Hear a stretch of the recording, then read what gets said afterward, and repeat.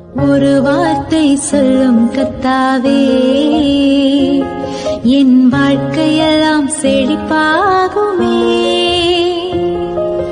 ஒரு வார்த்தை சொல்லும் கர்த்தாவே, என் வாழ்க்கையெல்லாம் செழிப்பாகுமே. ஆண்டவராகிய இயேசு கிறிஸ்துவின் இனிதான நாமத்திலே ஒரு வார்த்தை சொல்லும் கர்த்தாவே என்ற தியான நிகழ்ச்சிக்கு உங்களை அன்புடன் வரவேற்கிறோம். கர்த்தர் கிருபையாய் தந்த இந்த நல்ல நாளிலும் மீண்டும் உங்களை கர்த்தருடைய வார்த்தை மூலம் சந்திப்பதிலே மிக்க மகிழ்ச்சி அடைகிறோம். நீங்கள் எல்லாரும் சுகமாக இருக்கிறீர்களா? கர்த்தருடைய கிருபையினாலே நீங்கள் எல்லாரும் சுகமாக இருப்பீர்கள் என்று சொல்லி நாங்கள் நம்புகிறோம். கர்த்தருடைய கிருபையும் சமாதானமும் உங்கள் குடும்பங்களிலே பெருகுவதாக. நேற்றைய தினத்திலே கேள்வி நேரத்தில் கலந்து கொண்டு பதில்களை அனுப்பி கொடுத்த அனைத்து கர்த்தருடைய பிள்ளைகளையும் இயேசு கிறிஸ்துவின் நாமத்திலே வாழ்த்துகிறோம்.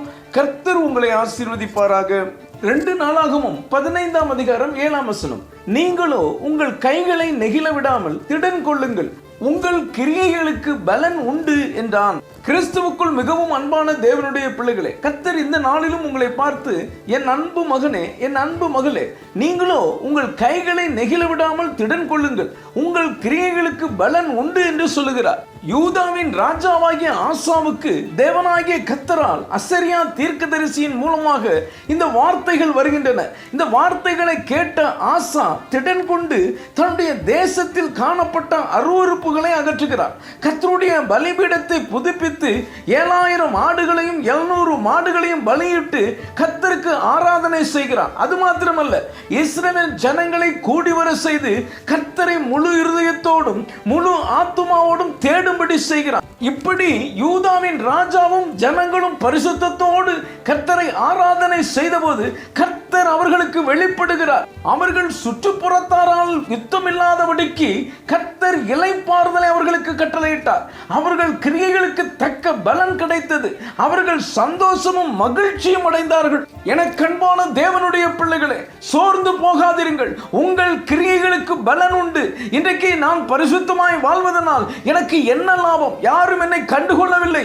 என்னோடு வேலை பார்ப்பவர்களும் படிப்பவர்களும் கூட என்னை கேலி செய்கிறார்கள். நான் கர்த்தருக்கு பிரியமாய் வாழ்ந்து என்ன பிரயோஜனம்? நான் அப்படியே தான் இருக்கிறேன், ஒரு முன்னேற்றமும் இல்லை. ஆனால் மனிதரை பிரியப்படுத்தி நேர்மை இல்லாமல் வாழ்ந்தவர்கள் எல்லாம் நன்றாகத்தானே இருக்கிறார்கள். நான் அவர்களைப் போல வாழ்ந்தால் நன்றாக இருக்கும் என்று நினைக்காதீர்கள். கண்ணீர் விட்டு கவலைப்படாதீர்கள். எரேமியா 31ஆம் அதிகாரம் 16ஆம் வசனம் இப்படியாக சொல்கிறது, நீ அழாதபடிக்கு உன் சத்தத்தை அடக்கி, நீ கண்ணீர் விடாதபடிக்கு உன் கண்களை காத்துக்கொள் என்று கர்த்தர் சொல்லுகிறார். உன் கிரியைக்கு பலன் உண்டு என்று கர்த்தர் சொல்லுகிறார். எனக்கு அன்பான தேவனுடைய பிள்ளைகளே, உங்கள் கைகளை தளர விடாதிருங்கள், தைரியமாக இருங்கள். உங்கள் நேர்மைக்கும் பரிசுத்தத்திற்கும் கர்த்தர் பலன் கொடுப்பார். உங்கள் கிரியைகளுக்கு பலன் நிச்சயமாய் உண்டு. ஆசா ராஜாவும் யூதா ஜனங்களும் பரிசுத்தமாய் வாழ தங்களை அர்ப்பணித்து வாழ்ந்தார்கள். அப்பொழுது கர்த்தர் வெளிப்பட்டு அவர்களுக்கு சந்தோஷத்தையும் இளைப்பாறுதலையும் கொடுத்தார். அவர்களுடைய கிரியைக்கு தக்க பலன் கிடைத்தது. வெளிப்படுத்தல் 22ஆம் அதிகாரம் 12ஆம் வசனம் இப்படியாக சொல்கிறது, இதோ சீக்கிரமாய் வருகிறேன், அவனவனுடைய கிரியைகளின்படி அவனவனுக்கு நான் அளிக்கும் பலன் என்னோட கூட வருகிறது. ஆம் கர்த்தருடைய பிள்ளைகளே, பரிசுத்தம் உள்ளவன் இன்னும் பரிசுத்தமாகட்டும் என்று சொன்ன நம் ஆண்டவர் இயேசு கிறிஸ்து சீக்கிரம் வருகிறார். யார் என்ன சொன்னாலும் கவலைப்படாதீர்கள். நீங்கள் உங்களுடைய பரிசுத்த பாதையில் போய்கொண்டே இருங்கள். கர்த்தர் உங்கள் கிரியைகளுக்கு தக்க பலனை அருளி செய்வார். கலாத்தியர் 6ஆம் அதிகாரம் 9ஆம் வசனம் இப்படியாக சொல்கிறது, நன்மை செய்கிறதில் சோர்ந்து போகாமல் இருப்போமாக, நாம் தளர்ந்து போகாதிருந்தால் ஏற்ற காலத்தில் அறுப்போம்.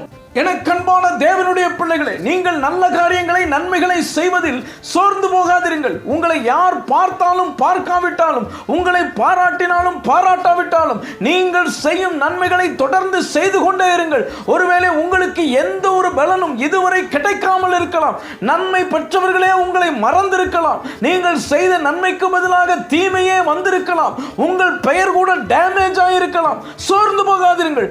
உங்கள் கைகளை தளர விடாதிருங்கள். திடன் கொள்ளுங்கள். உங்கள் கிரியைகளுக்கு நிச்சயம் பலன் உண்டு.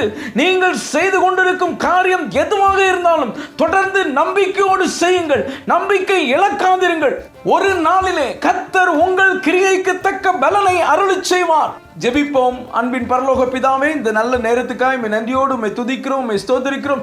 நீங்களோ உங்கள் கைகளை நெகிழ விடாமல் திடன் கொள்ளுங்கள், உங்கள் கிரியைகளுக்கு பலன் உண்டு என்று சொல்லி நீர் எங்களோடு பேசினதற்காக நன்றி தகப்பனே. இந்த வார்த்தைகளை கேட்டுக்கொண்டிருக்கிற இந்த பிள்ளைகளாகிய நாங்கள் எங்கள் கைகளை தளர விடாமல் தொடர்ந்து நாங்கள் நன்மைகளையே செய்ய, பரிசுத்தத்தோடு வாழ எங்களுக்கு கிருபைகளை தாரும். நீர் எங்கள் கிரியைகளுக்கு பலன் கொடுக்கிறதற்காக ஸ்தோத்திரம். இயேசுவின் மூலம் ஜெபிக்கிறோம் நல்ல பிதாவே.